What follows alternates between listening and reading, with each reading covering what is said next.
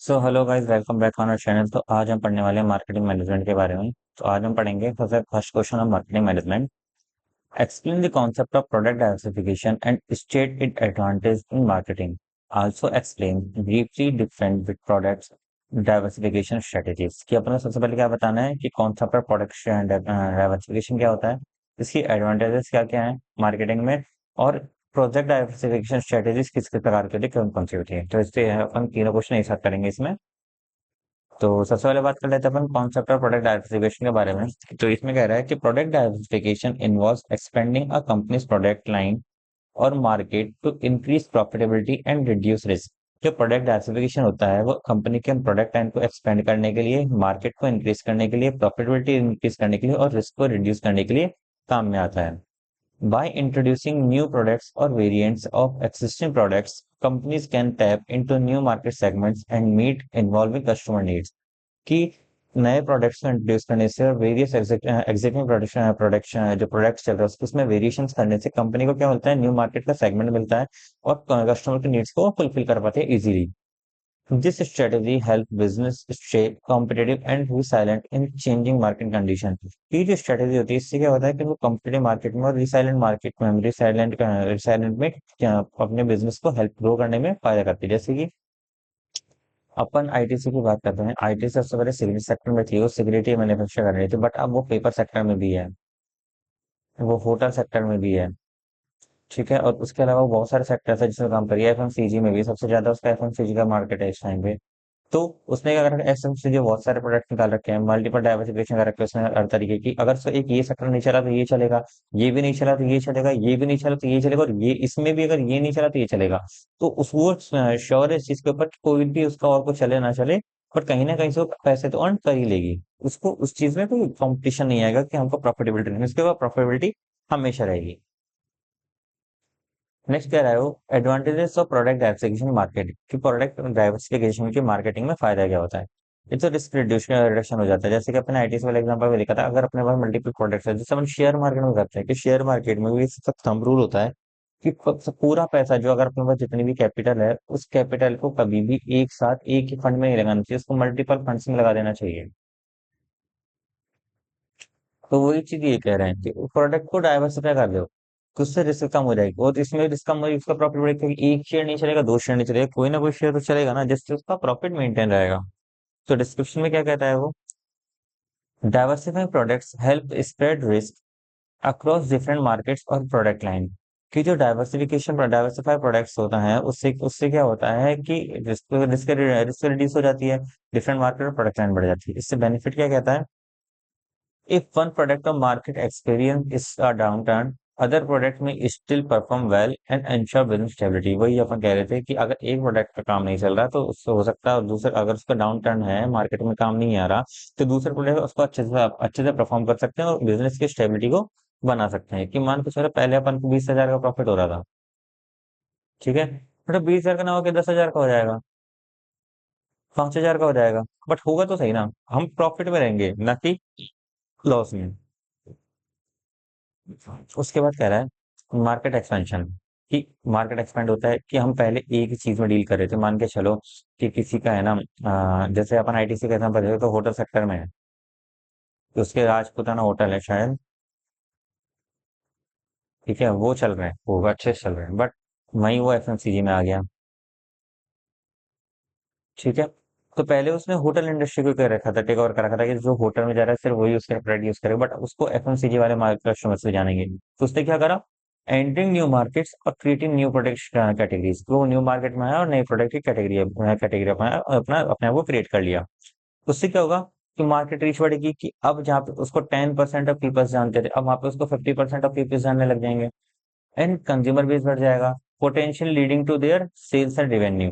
कि अब उसको क्या होगा कि हायर सेल्स रेवेन्यू जनरेट हो जाएगी। ये मान के चलो कि जो पहले होटल वाले थे, मान के चलो होटल वाले 1,000 कस्टमर्स थे अपने, ठीक है, अब वो वहां पे जाते हैं और उनको पता लगता है कि आईटीसी ने सोप लॉन्च किया है, ठीक है, तो उसको पता है कि आईटीसी क्या है, तो उसके बेस पे वो क्या करेगा, उसके सोप को परचेस करेगा, तो उसको विदाउट एनी प्रमोशन वो चीज मिल जाएगी। या फिर ये क्या स्ट्रेटेजी कर सकती है और कंपनी, कि उसके होटल में उसने मान के चलो सोप रख लिया आईटीसी का खुद का, तो क्या होगा, उनको सोप अच्छा लगेगा, वो नेम पढ़ेंगे उसके ऊपर और आगे मार्केट में जाके खुद इसको परचेज करेंगे।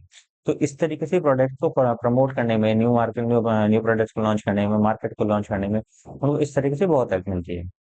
नेक्स्ट पॉइंट क्या कहता है, इंक्रीज सेल्स रेवेन्यू। इसको सेल्स रेवेन्यू बढ़ जाएगा, जैसे अपन ने देखा था कि offering a broader range of products can attract more consumers and encouraging repeat purchase. कि वही है कि होटल में जा रहे हैं वो, होटल में सोप देखा उन्होंने, ठीक है, होटल में सोप देखा, उनको अच्छा लगा, उन्होंने परचेज कर लिया, ठीक है, तो मार्केट इंक्रीज हो गया उसका।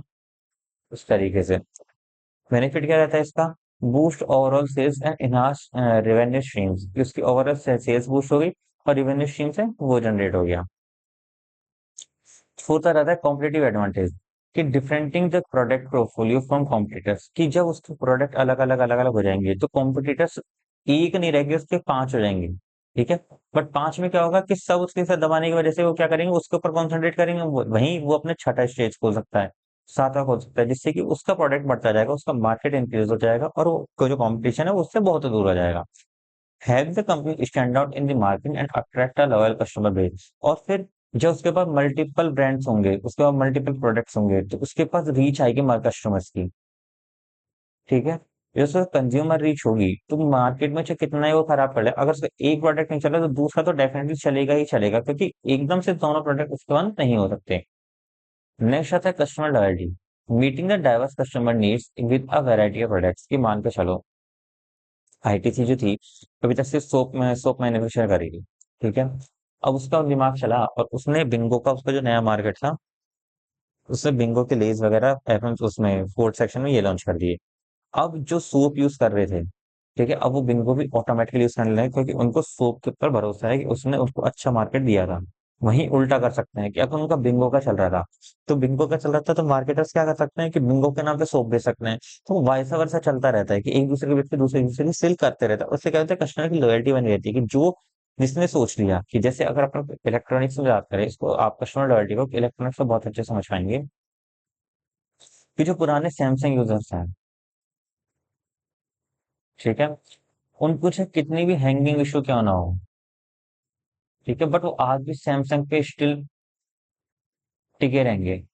क्यों टिके रहेंगे, क्योंकि सैमसंग जो है उनको एक तो है ना ट्रस्ट प्रोवाइड करता है, कि वो एक तो उनकी सर्विसेज बहुत अच्छी हैं, सैमसंग खुद का एक स्पेशल ब्रांड है, ठीक है, और फिर उसकी चीजें मानते हैं कॉस्टली है, जिसमें वो ब्रांड की इमेज के पैसे लेता है, बट स्टिल ट्रस्टेबल है। जो आजकल के चाइना फोन आ रहे हैं, जैसे वीवो आ रहा है, ओप्पोज आ रहे हैं, ठीक है, इनमें अपन को क्या रहेगा, स्क्रीन की थोड़ी दिक्कत रहती है, कि फोन फट रहा है, ये सब चीज हो रही है। तो उस चीज से वो बहुत दूर है, कि सैमसंग आज सीधा एप्पल को कंपेयर, एप्पल को कंपटीशन कैसे दे पा रहा है, इसी बेस पे दे रहा है, क्योंकि उसके पास लॉयल कस्टमर बेस है, चाहे कितना भी हैंग इशू हो, बट उनका जो ओएस है खुद का सैमसंग, वो एक अलग सा है, ठीक है। उसके अलावा उसका सिक्योरिटी फीचर जो है वो बहुत ही अच्छा है, कि उसका डाटा जो है वो लीक नहीं होगा किसी भी चाइना मार्केट में। तो वो कंज्यूमर लॉयल्टी प्रोवाइड करता है। इस तरीके से इसमें क्या हो रहा है, meeting diverse customer needs with a varies of product variety of products and builds stronger relation with customer, increase brand loyalty. अब इसमें क्या है, कि जो सैमसंग में टिका हुआ था, ठीक है, सैमसंग मान के चलो फोन यूज कर रहा है, ठीक है, बट अब सैमसंग ने टीवी लॉन्च कर दी, ठीक है, तो जो अगर उसको टीवी परचेस करनी तो सबसे पहले वो सैमसंग पे ही ध्यान देगा, क्योंकि वो सैमसंग का करंट में यूजर है, उसको पता है कि सैमसंग क्या उसको प्रोवाइड कर रहा है क्या नहीं करवा रहा है, तो टीवी पे वो पहले सैमसंग पे ध्यान देगा, उसके बाद अगर उसको उसकी स्पेसिफिक चीज नहीं मिलती तब वो जाके किसी और कंपनी के ऊपर ध्यान देगा। अब अपन प्रोडक्ट डायवर्सिफिकेशन की स्ट्रेटेजीज पे आ जाते हैं। इससे पहली स्ट्रेटेजी कौन सी हो जाती है, हॉरिजॉन्टल डायवर्सिफिकेशन, ठीक है। हॉरिजॉन्टल डायवर्सिफिकेशन मतलब क्या होता है, कि introducing new products that are relating to existing product but cater to different consumer needs. अब इसमें क्या हो गया, कि जैसे इसमें तो अपन ने एग्जांपल ले रखा है कि स्मार्टफोन है, मैन्युफैक्चरर है, उसने डायवर्सिफाई हमको टैबलेट और वेरिएबल्स में मतलब कि जैसे अपन सैमसंग लेके चल रहे थे, ठीक है, तो सैमसंग में क्या हुआ, उसने मोबाइल्स निकाल रखे हैं, टीवी लॉन्च कर दी उसने, टैब्स यूज कर रखे हैं, टैब लॉन्च कर रखे हैं उसने, स्मार्ट वॉच दे रहा है वो, ठीक है। उसके बाद वो क्या कर रहा है उसमें, और महंगे सेगमेंट में फोन निकाल रखे हैं उसने, ठीक है। अ, है ना, तो उसने वेराइटीज निकाल रखी है। वहीं अगर अपन सेम उसमें लगे, जैसे बिंगो का अपन ने एग्जांपल लिया था, बिंगो में क्या अपने पास चिप्स आती हैं, कुरकुरे आते हैं, ठीक है, इस तरीके से कि मतलब अगर इलेक्ट्रॉनिक्स में तो इलेक्ट्रॉनिक्स में, फूड में तो फूड में, कि वो इस तरीके से कर रही है कि उसके लिए सारे प्रोडक्ट्स इस तरीके से सेम है, कि अगर ए प्रोडक्ट है, उसके अकॉर्ड सिमिलर सिमिलर बी होगा, उसके सिमिलर सिमिलर सी होगा, उसके सिमिलर सिमिलर डी होगा, इस तरीके से। अब वर्टिकल डाइवर्सिफिकेशन में क्या होता है, expanding new different strategies to the supply chain, either upstream backward integration or downstream forward integration.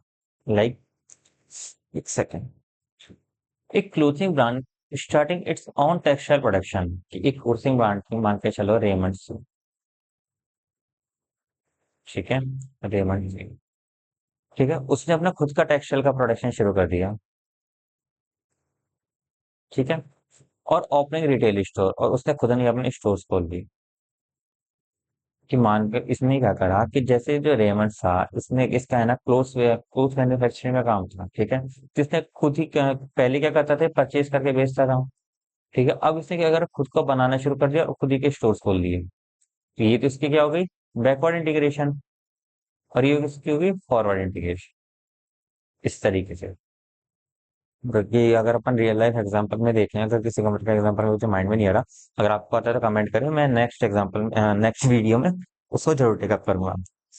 अगला आ जाता है कॉन्सेंट्रिक डाइवर्सिफिकेशन, कि adding new products that are technological और commercial related to existing products, कि नए प्रोडक्ट्स को ऐड करना जो कि टेक्नोलॉजिकली और कमर्शियली एक दूसरे से रिलेटेड नहीं है, रिलेटेड, ठीक है, कि एक camera manufacturer launching a new line of professional video cameras, कि एक कैमरा मैन्युफैक्चरर था जो पहले पिक्चर्स क्लिक करने में काम लेता था, उसने वीडियो इंटीग्रेशन में शुरू कर दी, कि उसमें वीडियो भी अपन बना सकते हैं, वीडियो कैमरा भी लॉन्च कर दिया। उसने क्या करा कि नया प्रोडक्ट ऐड करा, जो जिसमें क्या उसने टेक्नोलॉजी और कमर्शियल एग्जिस्टिंग जो टेक्नोलॉजी और कमर्शियल रिलेटेड है, जो उसका टेक्नोलॉजी है और जो कमर्शियल है, उससे पुराने वाले प्रोडक्ट से मेल खाता है, ठीक है, कि लाइक अपन देख सकते हैं कि जैसे फोन्स आते हैं तो उसमें 8 GB 16 GB अलग अलग वेरियस के आते हैं, बट वहीं दूसरा क्या होता है कि प्रो मैक्स, उसमें क्या होता है कि बहुत सारे डायरेक्शन हो जाते हैं अलग अलग अलग, वो उस चीज को कहना चाह रहा है।